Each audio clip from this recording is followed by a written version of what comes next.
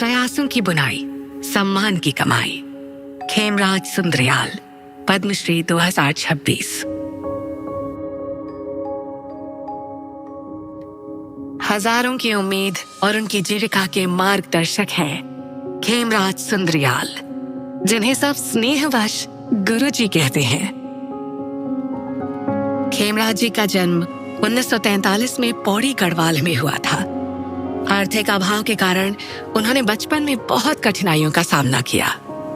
मैं जब पढ़ रहा था तो एक दिन संत कबीर जी के बारे में याद, उनका बड़ा नाम है और हम इतनी किताबें पढ़ते हैं उनके, तो मैं तो उन्हीं के जैसा काम सीखूंगा। मैंने ठान लिया कि मैं बुनकर बनूंगा।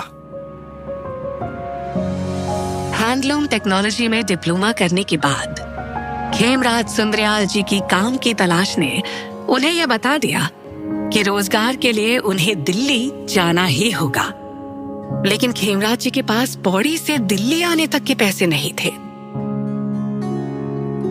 तभी एक दिन उनके चचेरे भाई को चोट लग गई और उन्हें इलाज के लिए दिल्ली ले जाना पड़ा। उनकी देखभाल के लिए इन्हें भी साथ भेजा गया और यही सफर खेमराज जी को पहली बार दिल्ली ले आया। दिल्ली क्लॉथ मिल में काम करने के बाद खेमराज सुंदरयाल बुनकर सहायता केंद्र में कार्यरत हो गए। 9 से 10 साल गुजर गए। काशी के बुनकर सेवा केंद्र में खेमराज जी की मुलाकात एक टेक्सटाइल आर्टिस्ट SV निकम जी से हुई। उन्होंने इनकी प्रतिभा को पहचान कर इन्हें केंद्र से लौटने के बाद आर्टिस्ट लोगों के लिए टैपेस्ट्री बनाने की सलाह दी। उन्होंने मुझे 175 रुपए दिए लूम खरीदने के लिए। इसी दौरान खेमराज सुंदरयाल बुनकर सेवा केंद्र की पानीपत शाखा में आ गए